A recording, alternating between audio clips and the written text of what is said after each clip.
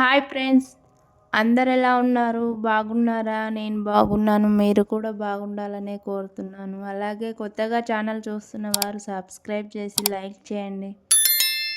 పల్లి పట్టీలు ఎలా తయారు చేసుకోవాలో చూసేయండి. 2 కప్పులు పల్లీలు అయితే వేయించి పెట్టుకోవాలి. అలాగే స్టవ్ మీద కడాయి పెట్టుకొని 1.5 కప్పు బెల్లం వేసుకోవాలి. అందులో కొన్ని వాటర్ వేసుకొని మరిగించుకోవాలి. ఇక్కడ పల్లీలు అయితే పొట్టు తీసుకొని పలుకులు చేసుకోవాలి. పలుకు చేసుకొని పెట్టేసుకోవాలి పక్కన. బెల్లం పాకం మనకు పలసగా ఉండొద్దు, గట్టిగా రావాలి.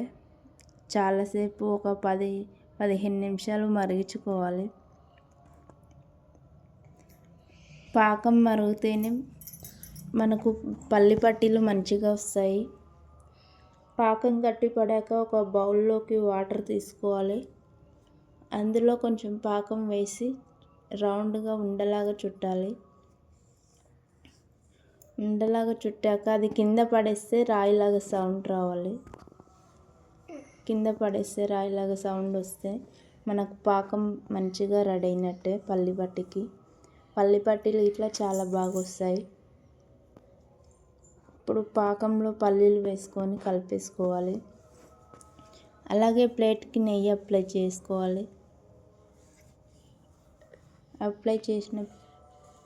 వేసుకున్న ప్లేట్లో పల్లి పట్టి వేసుకోవాలి.